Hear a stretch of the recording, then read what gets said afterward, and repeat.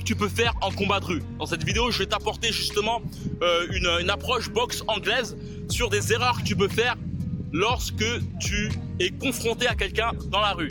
Et être vraiment jusqu'à la fin, je souhaite justement t'apporter pas uniquement une partie physique, mais aussi une partie psychologique du combat de rue, car pour moi, il y a beaucoup de psychologie.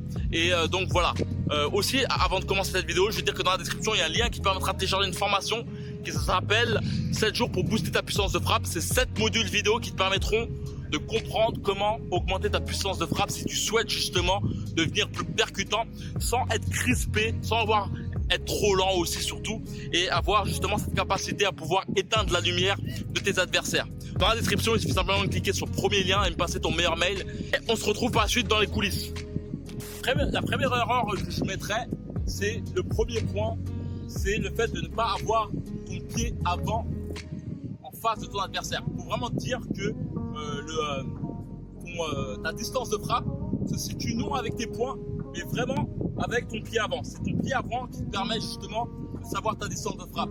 Si ce n'était pas le cas, il suffirait simplement de faire ça pour frapper. Mais là, tu peux t'apercevoir que les coups sont pas puissants. Donc, il est important, pour te donner un conseil direct, c'est t'habituer justement à reculer, avancer, reculer sur un sac de frappe pour pouvoir justement comprendre la distance de frappe. Par la suite, lorsque tu comprends ça, il suffit simplement de mettre ton pied avant, en avant, comme ça, et regarde, là, je regarde pas le truc, et je sais que je touche, et là, je sais que je touche pas. Là, je sais que je touche, et là, je sais que je touche pas.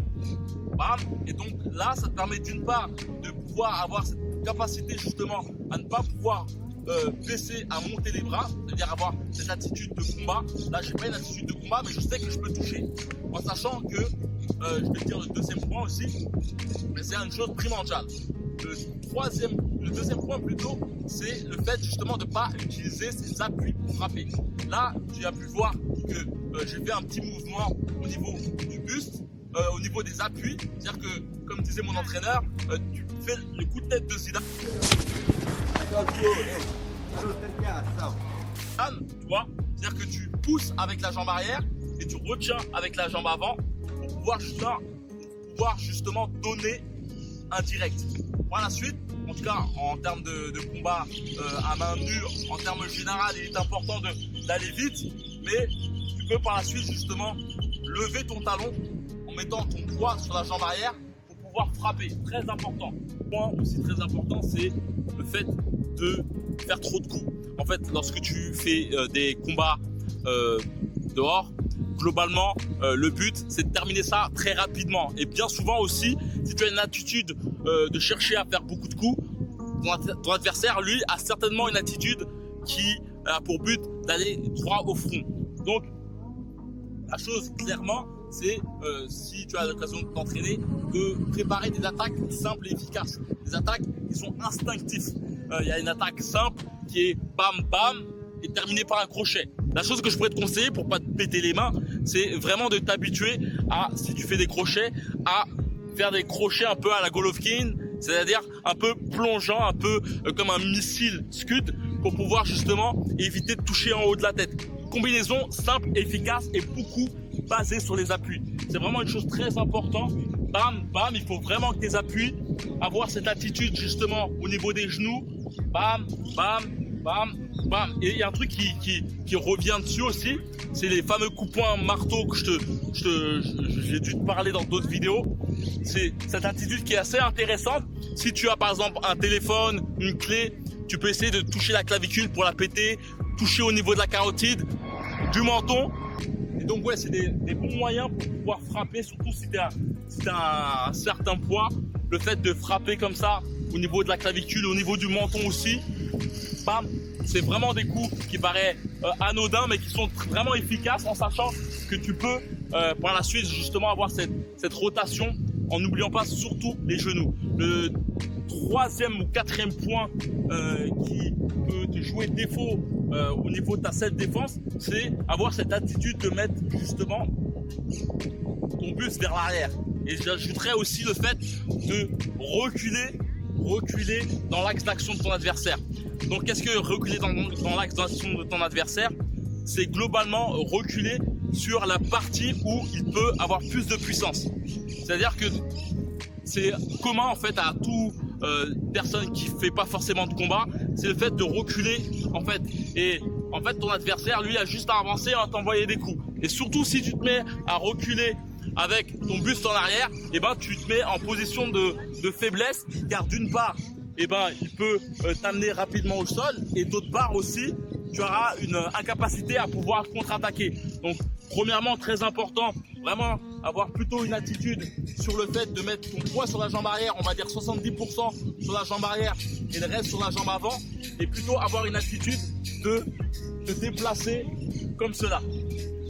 Tu vois, très important, tourner en rond et si possible, ne pas tourner au niveau de la droite de ton adversaire. Le dernier point que je souhaite te mettre en avant, c'est l'importance de lier ton poing avec tes appuis. C'est l'une des choses qui te permettra d'être plus puissant.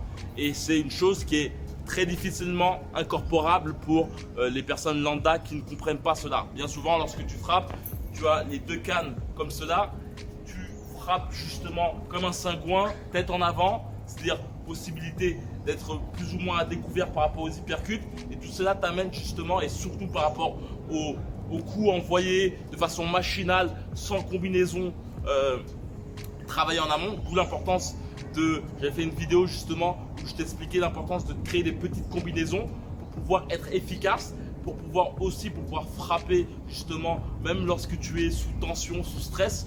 Quand tu as des petites combinaisons, ça passe efficacement et ça te permet par la suite, lorsque ton adversaire est brouillé, de pouvoir après te déchaîner.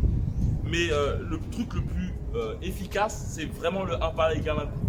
Je pense être le seul à en parler sur les réseaux sociaux, en tout cas dans la partie francophone. Et le truc que je souhaite expliquer, c'est que globalement, ton poing est lié avec un appui. Et celui-là qui est dans le même côté. Donc, le poing arrière, appui arrière, le poing avant, appui avant. Et cela te permet globalement, dès que tu as ton poids sur un appui particulier, ça te permet de pouvoir frapper par la suite. Et en fait, comprendre cela te permet d'avoir justement une rapidité d'exécution. C'est-à-dire que le but, comme je t'ai dit, très important pour être plus efficace, c'est vraiment d'avoir toujours l'appui arrière, l'appui avant en avant. Et pour pouvoir par exemple envoyer ton direct. Mais par exemple, si tu te mets à marcher, là, le fait de faire ça te permet d'envoyer un bon crochet solide. Et le fait par exemple d'avancer comme ça te permet justement d'envoyer un crochet solide. Comprendre ça va pas te permettre d'être puissant. Globalement, imaginons que j'avance et que j'envoie, mon poids est sur la jambe avant et que j'envoie un crochet avec le bras arrière. Tu vois que le poids n'est pas mis du bon côté. À part si, bien sûr, je fais un overhand où là, je appose tout mon poids sur mon poing et sur la cible que je souhaite toucher.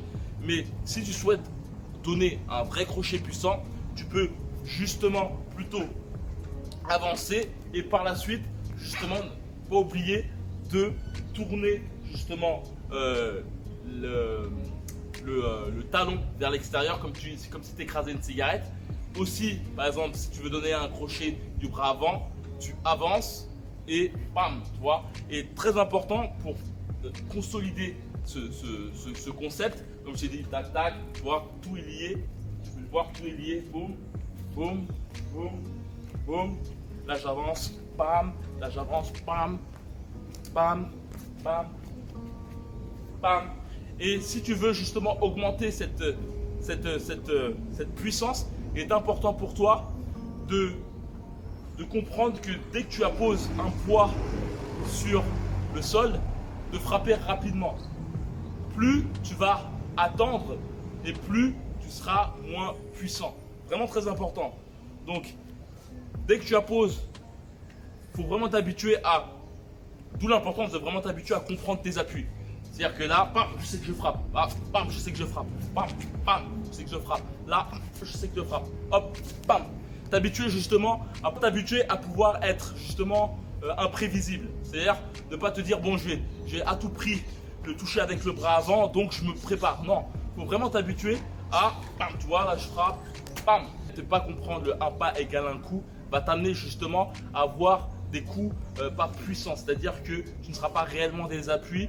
Beaucoup de personnes qui combattent ont la tendance à être tête baissée, à frapper comme des cingouins. et à ne pas justement avoir les points disposés dans le bon endroit.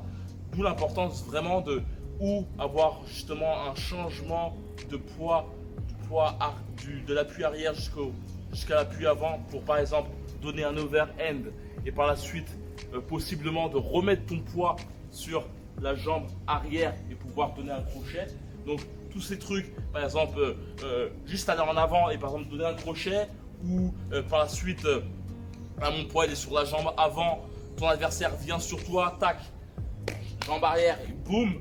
Tout cela permet de faire un réel transfert de poids, car le poids, c'est ça, c'est vraiment des appuis qui justement, grâce à ces balancements, et d'où l'importance aussi d'avoir des bons genoux, c'est cette torsion qui te permet justement de pouvoir mettre tout ton poids sur le visage de ton adversaire.